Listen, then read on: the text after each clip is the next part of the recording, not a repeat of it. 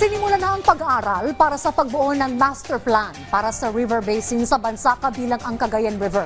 Ibinalita ito ni Pangulong Ferdinand R. Marcos Jr. sa kanyang pagbisita sa Isabela para mamahagi ng pinansyal na tulong sa mga magsasaka, mangisda at kanilang pamilya.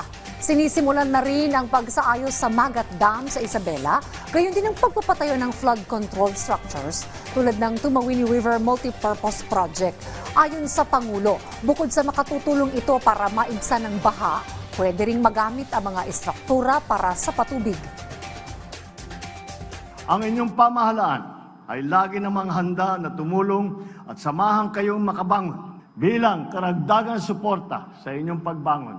Naglaan po ng tigli 50 milyong piso ang tanggapan ng Pangulo para dito sa Isabela at sa Quirino Province. Mga kababayan, alam ko pong mabigat ang inyong iniinda. Ngunit sana hindi po tayo panghinaan ng loob. Hangad ko ang ating sama-samang pagbangon na puno ng pag-asa, pagmamahal at pagkakaisa. Muli, maraming salamat. Mabuhay po kayong lahat. Mabuhay ang Isabela.